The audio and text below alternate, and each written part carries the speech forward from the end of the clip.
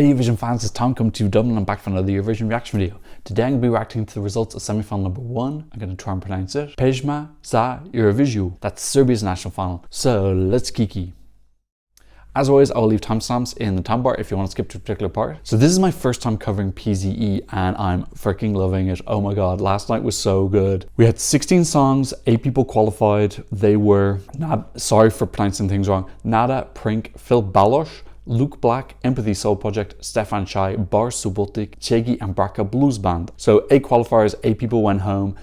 With the second semi-final happening later today. I thought the show was freaking amazing. Really, I love this. Like, it almost feels like a box cut into the wall, the stage, with this huge LED on the back, LED on the ground, really cool lights on the side. The production is really like the best of all the European, yes, the best of all the European national finals. This is number 1. I thought it was pretty snappy. We got like 4 songs and then there'd be like a bit of faffing around and then we got 4, but it was pretty fast enough pace. And then there was a fair gap before we eventually got the results. We didn't get any points breakdown of like how well people did, which I suppose is good. It leaves it more as a surprise for the final. A lot of the Eastern national finals will actually show you the results, so you kind of know who the favorites are going to the final, which kind of ruins some of the suspense. I suppose they want to have more transparency over what's happening. On the flip side, Serbia has this like random draw that they do. We actually saw it at the end of the show where everyone picked their random spot for the final, so they kind of like accommodated in other ways. I thought the hosts were good. They were both very pretty people. And yeah, I just thought the staging was like, for me, the most noticeable thing was the staging was really grandiose. There was no like shy staging. Everyone had like really daring, bold visuals. For example, one of the girls that didn't qualify, Angelina, I'll put a picture up. This opening tableau of her with this body and these people who looked like they were Raiden from Mortal Kombat. I absolutely loved, and she had her hair done like she was a Medusa. Just really like dramatic, camp, flamboyant, over the top, brilliant. Like really, I really was looking forward to each person coming on. Even the ones that kind of sucked, I was still like, oh, they're still kind of entertaining to watch because everything was just so not very shy, which I liked. It's kind of like bold and dangerous. So what were my highlights of the final? Definitely Luke Black. As you know, Luke Black is one of my favorites this year. I thought his staging was really cool. I didn't know what aspect he was going to go for, but if you saw my original reaction, I did reference how I felt the song felt like a computer game. It had elements in it that reminded me of Mario 64 and some other computer games. And I liked that he brought that element in. It started with him in the Lotus Flower, which I love because the song does start off very dreamy.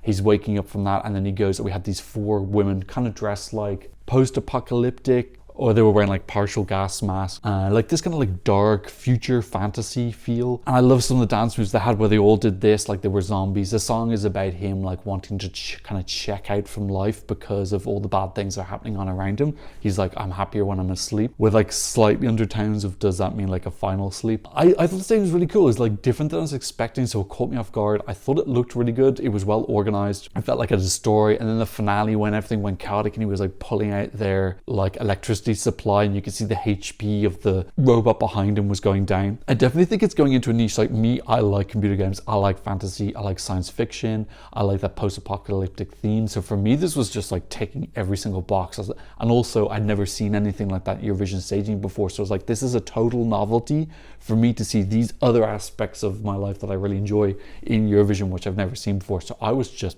pooing my pants about this all the time. I don't know if it really has a broad appeal that people in like older generations are gonna like it. It doesn't feel like an olive branch to them, but at the same time, maybe he's kind of realized that these people probably just aren't gonna vote for him anyway. I'm not saying all older generations aren't gonna like him, but generally, I've been told the older generations in Serbia skew more conservative. Pretty much everywhere in the world, it's that way. We see that in Ireland as well, definitely, and the UK for sure. And maybe it's just the point where he's like, okay, these people just aren't gonna vote for me anyway. I might as well just really play heavily into my demographic who I think could vote for me. It was very different as well from Constractor staging because this was done by Constractor's team. I think the commonality would be these like blacks and reds that felt black, red and white. I felt like those were colors that were also in Constractor's staging. I don't remember seeing any aqua, which I remember being in Constractor's. Some of the vocals were a little bit off. I don't think it's a particularly hard song to sing, so I do wish there were some moments where he was standing still and could like catch his breath a little bit to just focus on getting the vocal right. So those few moments when the vocals are a little bit more apparent, he nails them, to take away any jury excuses of, oh, well, his vocals were off, or any people at home kind of looking for some justification not to vote for this. So I wish he would clean up that element of it a little bit. He'll be able to watch the playback now. I'm sure he was quite nervous. And he'll be able to say, okay, I need to make these type of changes. By the way, I'm not going to speak about everyone as much. Another person who caught my attention was Prince. I freaking love this staging. Hopefully I'll be able to put up my video later where I react to this live performance. I love how this feels like a nod to Eurovision and the noughties and the teens. It's got this beautiful historic feel to it with the costuming and the fairy tale and the story element of it.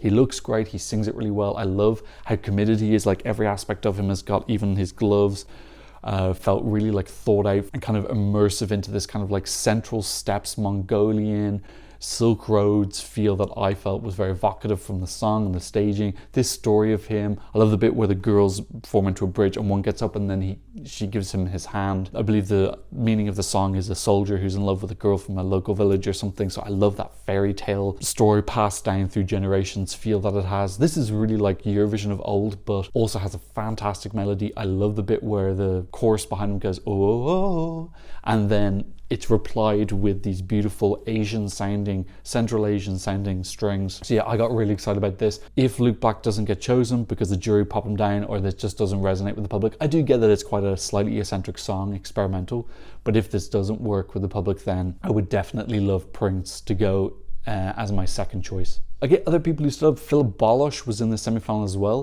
This is a song that the community likes a little bit more than I do. I still have downloaded it and I listen to it occasionally, but not as much as the first two I spoke about. I thought his staging was really cool. I liked how kind of linear it was. It was like he was forming perpendicular shapes, like T's and stuff. I felt that very boxy feel with it, which I actually really enjoyed. And then he had lots of shapes as well that were kept up that theme. And then he had this thing where he went behind his head. There's some elements where it almost looked like he was voguing. I liked his outfit as well. It was kind of like gay Matrix, like 10th, like Melody Festival on t-shirt, but Matrix coat on top. And I like the coloring that they were putting onto his face. It was like blues and reds and blacks. Yeah, really, like everyone did really good staging, but this also felt like it was ready to go to Eurovision. It felt kind of like cool and funky. I don't know if this would do super well. Serbia do need to keep in mind they're going into the first semi-final. I think they're going to the first half as well. They need to pick something that's going to stand out, and these three songs I've already talked about are definitely going to stand out. Like people aren't going to forget them. Even if they were to open the show, people would still remember them after 15, which I think is really important. Filip, I'd say, is probably the least memorable of the three. He didn't have like a big wow moment or something sonically that was super wow. His song is quite steady throughout. It's like pretty impactful at the start and it keeps that up, but it doesn't really like go up and down and move around. Like again, the fourth person who really stood out for me was Stefan Shy. Now I really like the song. I think it's lovely. It's got like an R&B feel, very buttery, really lovely melody with a little bit of ethnic instrumentation in it as well. My problem was that the staging looked a bit static. I know he's Stefan Shy, but it was a little bit too shy. Now I actually can't find this performance. I wanted to watch it over before I did this so I could kind of like update my opinion, because I was kind of flicking in and out of the performance. RTS have taken it down video from last night for some reason. But yeah, my main memory was that it was very static and I don't think they moved, correct me if I'm wrong, but it had like all these kind of like neon lights like they're outside a club in the kind of 80s, and then everyone just pretty much stood still. So I know he's Stefan Shy. I'd like him just to have a couple of drinks to get a little bit less shy, maybe move around a little bit more. Again, maybe he did move. I can't double check because there's no performance. Overall, I thought the Who qualified. I thought it was really fair. Like there was no like robberies. I think the biggest robbery probably would be Savo Perovic, but I kind of get that we had quite a lot of people who possibly identify as LGBT going through with Luke Black and Filip. So I think that maybe that there was just that element of, the same when you've got like 4 girly bops, not all 4 of them are going to go through. I think it was possibly that. I really enjoyed it though. I thought that was a great performance, but I would agree that he was possibly the weaker of those 3 if you had to pair them up. After what happened in Poland, I'm just looking for a little bit of like fairness, and I felt that Who qualified was pretty fair. Angelina, I thought her staging was amazing, but I don't remember anything about the song. I gotta be honest. I just remember thinking, wow, this is amazing visually, and like everything else just went over my head. And then all the other songs, I actually thought Matteo Zanatta and Angela Cassiani were really good at the start as well. I don't think that they were robbed, but I think that they were probably affected by going first. I'm really looking forward to semi-final 2. I have to admit, when I did my reaction videos, I thought that the second semi-final was much weaker. I still think they're strong songs, but I just thought there was a lot more filler. And also I think one of the songs I'm most excited about is going first. So I do feel like it's going to be like the end of this show is going to be a little bit harder to watch. But overall, I thought this was really exciting. I'm so looking forward to the final on Saturday. I think it's going to be amazing. From my understanding, this is like the new Serbian national. I think Beovision used to be different. Apparently like this year, I don't know what's happened. If you know the history behind it, please let me know. But like last year apparently it was also great, and this year they've continued the greatness. Like if it stays like this is going to be one of the best national finals in a couple of years. It's already pretty good, but I think they just need like consistency to show it's not a once-off. This is like a steady quality. And less songs, please. There's just way too many songs. Just chop out maybe 4 or 5 of them from each semi and it would be so much stronger. Okay, that's what I thought about the first semi-final of, I'm going to try and say it, Pesma za Eurovision. Let me know what you think in the comment section down below. Don't forget to leave me a thumbs up, and thanks so much for watching. I'll see you in another Eurovision reaction video very soon. Goodbye.